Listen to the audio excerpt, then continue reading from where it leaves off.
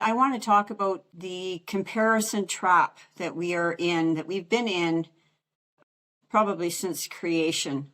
I've made a few notes here because I could talk about this for hours and hours because it has plagued me my whole life. It's more relevant today than it has ever been.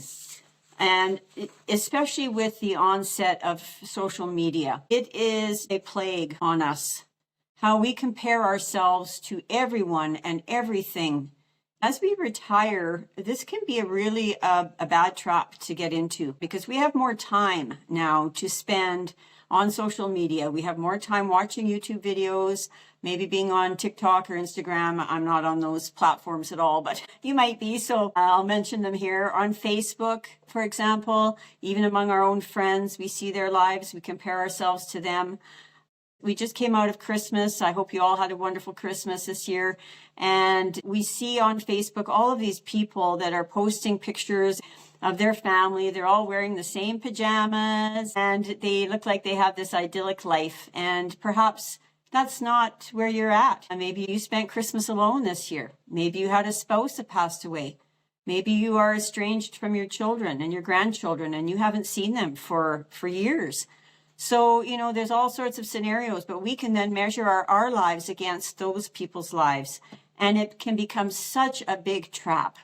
But also I would like to talk to you today about maybe some steps that we might be able to take in the new year in 2026 to combat some of this plague that is on our society right now. I call it never enough-ism. This never enough-ism plague that has really been with me my whole life, since I was a little girl. Even long before social media. I'm 66, so social media was not around when I was a little girl. But, I always compared myself to others. I was a heavy child. I was a child that weighed 100 pounds in grade 4. And all of my classmates were 80 pounds, 89 pounds, whatever. So I was the fatty. And, people used to call me elephant. And it was very hurtful and stayed with me forever. I also came from a family where my father left when I was 4. And that really shaped my life for a number of years before my mother remarried. And my dad moved as far away as he could possibly get from us. He moved down into the States and we were in Canada. So we saw him maybe once a year. And then when he did come to Canada to see us, he basically didn't pay much attention to me. I was kind of the one that was quiet and wasn't very boisterous and didn't make him laugh. Although now I make people laugh sometimes. But back in those days, it just made me feel like I was invisible and I was just never enough. It followed me my whole life. And so I know that there's a lot of people out there that are like me. You live 65 years, or in my case, 66 years. It's time to stop it. It's time to say enough is enough. I am, not going to buy into this mindset that just because I don't have Botox and I haven't got big lips and fillers and facelifts and hair, long flowing hair. It's kind of a theme on my channel. And I wear glasses anyway, so I'm not going to buy into this hype that I have to look like some cookie cutter kind of person that society says I need to be. And especially not after living as long as I've lived. So some of the things that we see right now on social media, I'm just going to read off my list because I like lists. So some of the fashion trends, and I'm going to just talk about one in particular that I have never bought into and I will never buy into. And I don't mind if you like these, that's fine. You do you. But for myself, barrel jeans are just not my cup of tea. I can't understand anyone who would want to wear pants that look like you've been in the desert on a horse with no name for 20 years and you just got off the horse. So that's just not going to fly with me. It just isn't. So there's that. For men, it's cars. I see a lot of older men that have to buy the sports car, the car with the top that goes down, and you see them buzzing around town. They're kind of having their midlife crisis or whatever.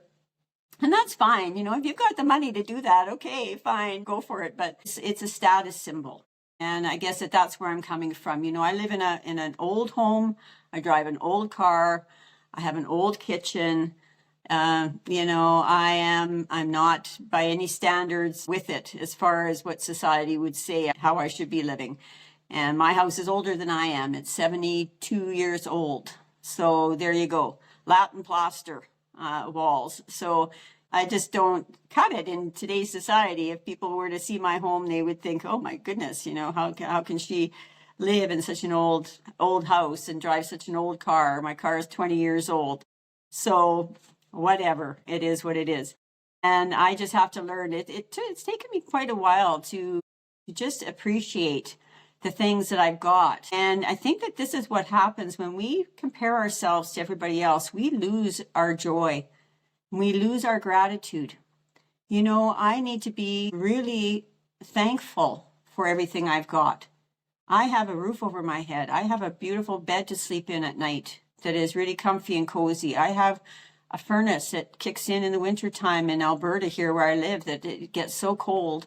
I have so much. I have beautiful grandchildren. I have had a very interesting life. And I've done a lot of things that a lot of people would say, wow, you did that and you did that. But at the same time, I'm comparing myself to people that have done it better than me. And where's the joy in that? There's no joy if you can't look at those things that you did, whether they are a success by the world standards or not. Maybe somebody else would think that they were a colossal failure, but in my life, they were something, and I tried. I remember hearing an old man on a Christian program, and he was an old pastor, and he was in his 90s or something, and he said, when you get to heaven, God isn't going to say, well, what did you do for me? He's going to say, did you try? That's what I think is important. Just not to allow the world to say that you are not enough, that you shouldn't even try because you just will never, ever be enough. That is a lie from the enemy. And don't fall for it. Please don't fall for it. So there's the cars, the salary that if you're still working, you're working your way up this corporate ladder and you're trying to get to the top and make the big 6-figure salary or whatever. What for?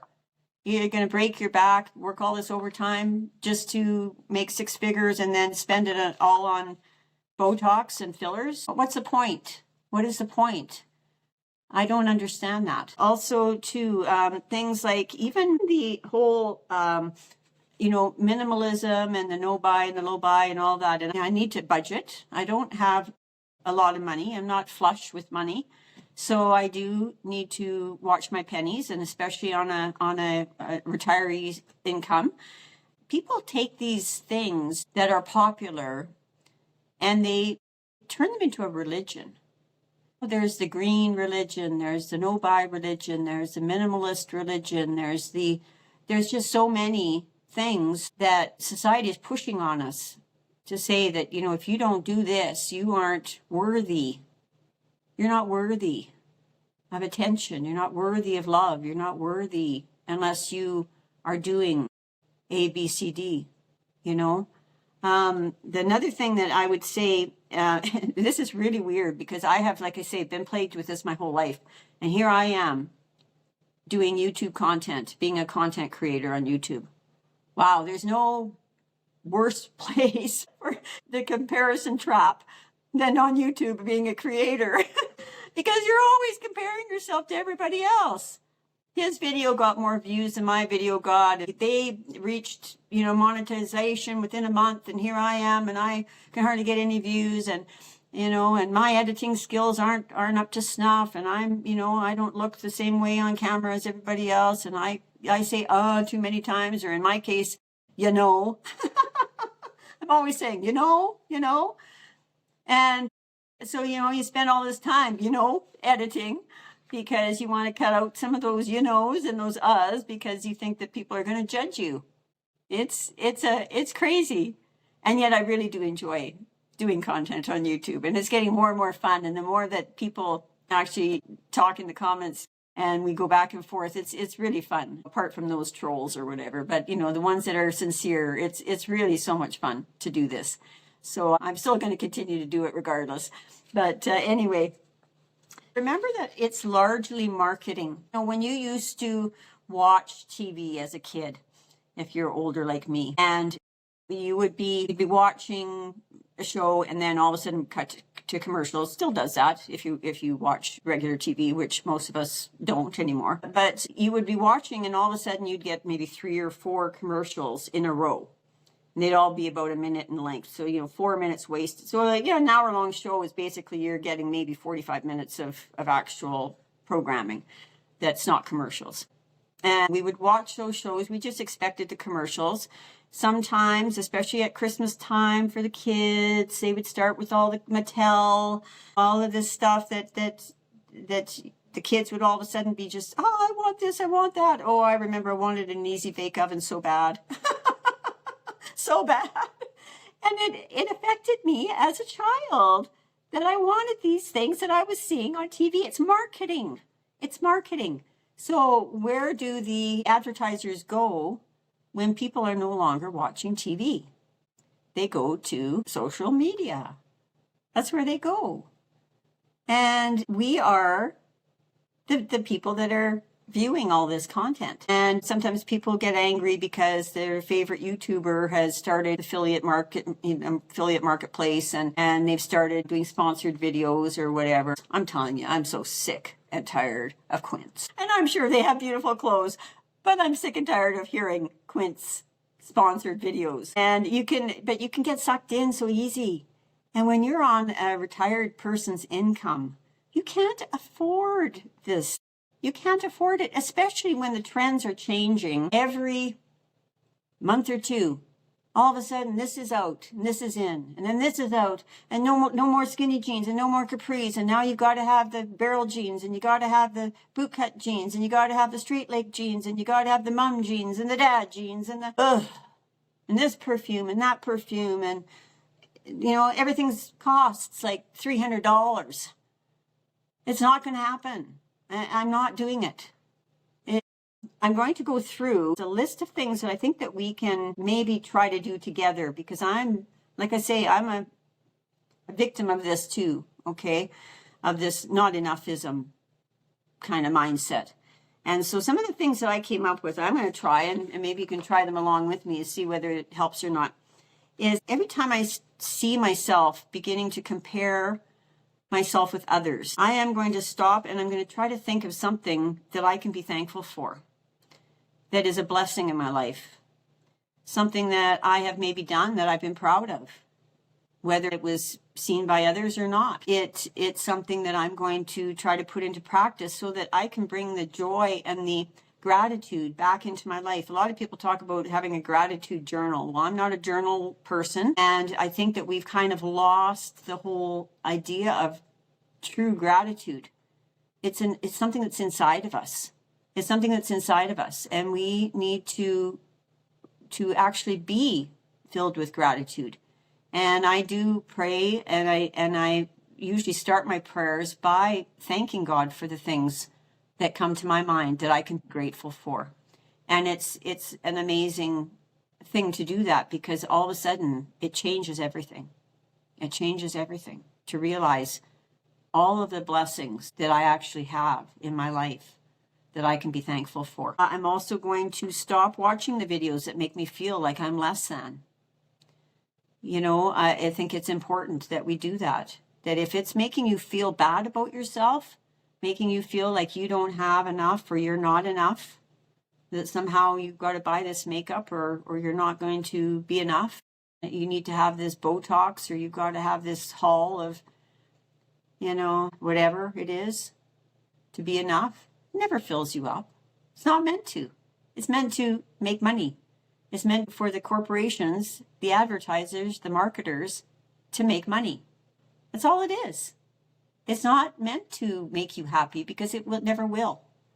They always used to say in the old days, money doesn't buy happiness, and it doesn't. Never has, it never will. It's amazing how many friends I've had over the years where they will portray themselves, especially on Facebook, as being so happy, traveling all over the world and going here and going there. And my goodness, their lives are so wonderful. And then all of a sudden you hear they're getting a divorce. And you're like, what? That doesn't make any sense. That's not what I saw on Facebook. That's because it's not real. That's because they've been portraying their lives as something that they aren't. And so we all have struggles in life. We all have relationship problems in life. We all have sorrow and grief in life. And yet we put on these masks and act like, oh, everything's perfect and wonderful, when it's not. Another thing that I'm going to do is to stop thinking that stuff is somehow going to be the remedy for me feeling like I'm not enough. It's not going to happen. And I'm also going to continue to declutter. If you've watched my other video about decluttering, it's about Swedish death cleaning and how I decluttered my entire main floor of my home. And what I've found that has done for me is it's really curbed my spending. Because when you start to go through all of your stuff, you start to realize how much money you spent on that stuff that you no longer even use or hardly ever use. Those appliances, those little gadgets, that peel your zucchini or whatever, and it's stuck in some drawer and you never use it. You never use it. Or that blender that's so big and hard to clean, you never use it. You would rather use your little bullet or whatever. You all of a sudden realize that, gee, I could have saved I could be on a trip. I could be somewhere warm. I'm in Alberta and it's been miserable. Snow and cold and more snow and more cold. So it's been really, really horrible here. But anyway, so you just realize that man, I could have bought myself a new car. I could have bought myself a car that's a lot, newer than the one I'm driving. So it's a great thing to declutter. It really, really gives you some perspective, let me tell you. And then you start to really think about what you're going to buy. When you actually go to buy something, you really think, do I actually need this? Can I actually see myself using this for a long, long time? As long as it lasts. And so that's just it's a wonderful thing. Anyway, so there's that. And also too, if you are a person of faith like myself, just to read the Bible passages that talk about who you are in Christ, who God created you to be, that he created you for a future and a hope, that he has a purpose for your life. He doesn't create people that are not worth anything. He thinks you're so worth it, he died for you on the cross. And so we need to remember that to think of ourselves as being less than and not enough is actually an affront to him because he created us. So anyway, that's about all I've got for today. And I just thank you again. I thank you so much for all of the people that were commenting on my last video about my online dating disasters. It's been unbelievable, and I'm very truly humbled and thankful for all of you that have commented and all of you that watched that video. It's been amazing. And so thank you so much. And until next time, just be blessed. And I just hope that you'll join me again real soon. Thank you. Bye-bye.